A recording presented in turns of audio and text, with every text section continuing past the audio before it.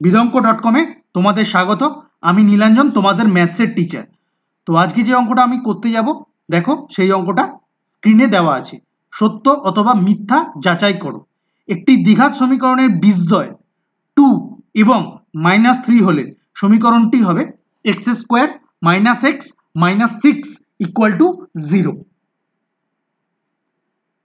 এটা আমাদের সত্যি না মিথ্যা সেটা আমাদের যাচাই করতে হবে।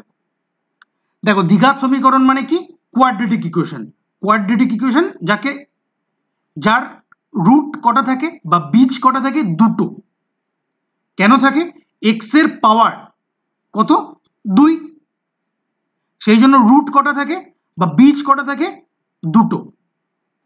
তা এই অঙ্কটা করার আগে আমরা কিছু বেসিক কোয়াড্রেটিক ইকুয়েশনের বেসিক কিছু জেনে নেব। একটা general form of quadratic equation, একটা general form of quadratic equation কি হয়? ax² plus bx plus c = 0। এটা general form of quadratic equation, যেখানে a কোনোভাবেই 0 নয়। a 0 হতে পারবে না, বাকি b আর c 0 হতেও পারে, নাও হতে পারে। a কিসের সহগ?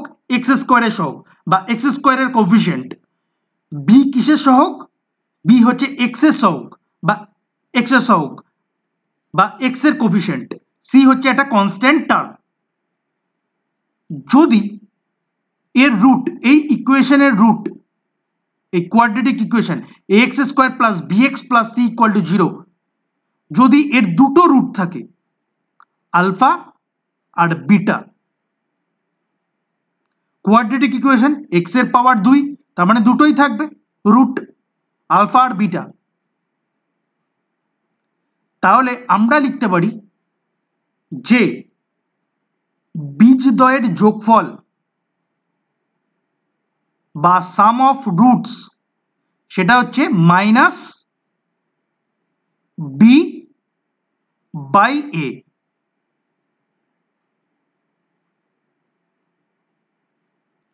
আর প্রোডাক্ট অফ রুটস বা বীজদ্বয়ের গুণফল, বীজদ্বয়ের গুণফল বা রুটসের গুণফল সেটা হচ্ছে c/a।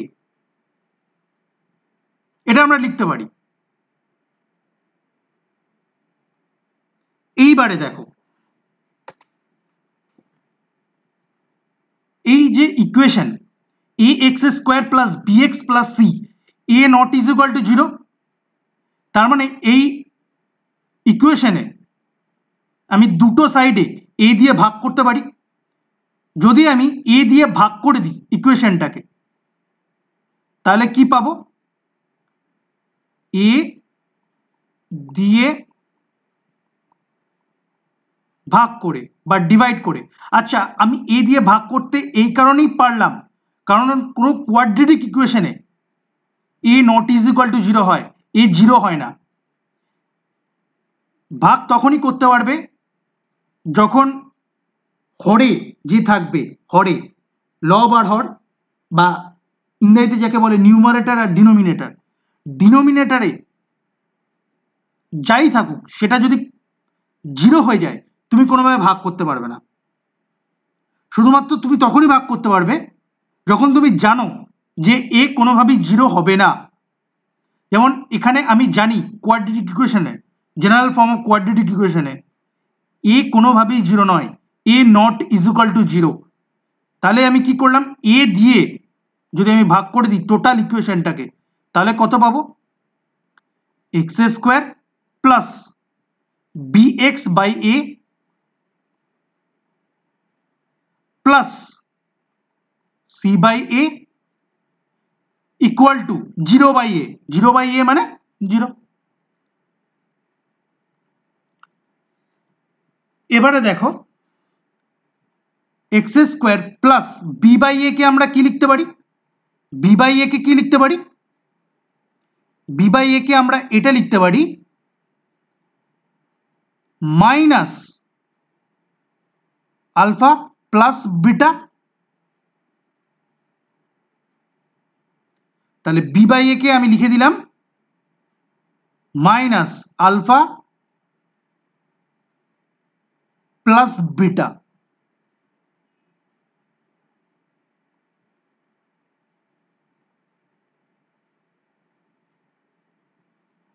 সেকেন্ড ব্র্যাকেট দিয়ে দিলাম, minus alpha plus beta into X plus C by A কি লিখতে পারি আলফা বিটা, তাহলে আলফা বিটা ইকুয়াল টু 0। তার মানে এখান থেকে আমি কি লিখতে পারি X square minus alpha plus beta into X plus alpha beta equal to 0। এই ইকুয়েশনটা একবার দেখো, লক্ষ্য করো, দেখো এই ইকুয়েশনে আলফা আর বিটা হলো ইকুয়েশনের দুটো রুট। তার মানে এতক্ষণে আমি general form of quadratic equation করছিলাম এ বি সি দিয়ে, এখন এটা হয়ে গেল general form of quadratic equation. মানে এই ইকুয়েশনটা যদি আমি ইকুয়েশন 1 বলি, এই ইকুয়েশন নাম্বার 1, এই ইকুয়েশনটা হচ্ছে general form of quadratic equation বা দ্বিঘাত সমীকরণ ইন টার্মস অফ রুট, মানে রুটসের টার্মে বা বীজের টার্মে। ঠিক আছে, এবারে দেখো এই একটা দ্বিঘাত সমীকরণ আছে যার, এইবারে আমরা অঙ্কে আসছি, একটা দ্বিঘাত সমীকরণ আছে যার দুটো বীজদ্বয়, ধরে নিলাম আলফা হচ্ছে একটা 2 দেওয়া আছে, বীজদ্বয় দুটো বীজদ্বয় হচ্ছে 2 এবং -3, তাহলে বিটা ধরে নিলাম -3। তাহলে এখান থেকে আমি কত পেলাম আলফা প্লাস বিটা, একবার ক্যালকুলেট করে নিই, আলফা প্লাস বিটা কত পেলাম 2 - 3, তাহলে পেলাম -1। আর আলফা বিটা কত পেলাম, আলফা বিটা হচ্ছে 2 ইন্টু -3, তার মানে -6। এবার 1 থেকে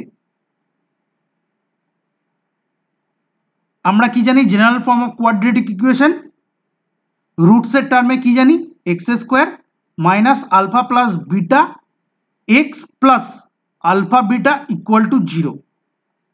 তাহলে আলফা প্লাস বিটা কত হচ্ছে -1, তাহলে X square -1 X plus alpha beta কত হচ্ছে, দেখো আলফা বিটা দেওয়া আছে -6, আমরা পেয়েছি -6 ইকুয়াল টু 0। তাহলে এখান থেকে আমি কত পেলাম x square plus minus minus, তার মানে প্লাস এক্স -6 ইকুয়াল টু 0। তার মানে আমরা যে কোয়াড্রেটিক ইকুয়েশনটা বা সমীকরণ যেটা পাবো সেটা হচ্ছে এক্স স্কোয়ার প্লাস এক্স -6, কিন্তু এখানে কি দেওয়া আছে ভালো করে দেখো এক্স স্কোয়ার -x -6, আর আমরা যেটা পেলাম x square plus x -6 equal to 0। তার মানে এটা একটা মিথ্যা স্টেটমেন্ট, তার মানে স্টেটমেন্টটি মিথ্যা, অতএব মিথ্যা। বিদঙ্ক.com-এ এই সলিউশনটি দেখার জন্য ধন্যবাদ।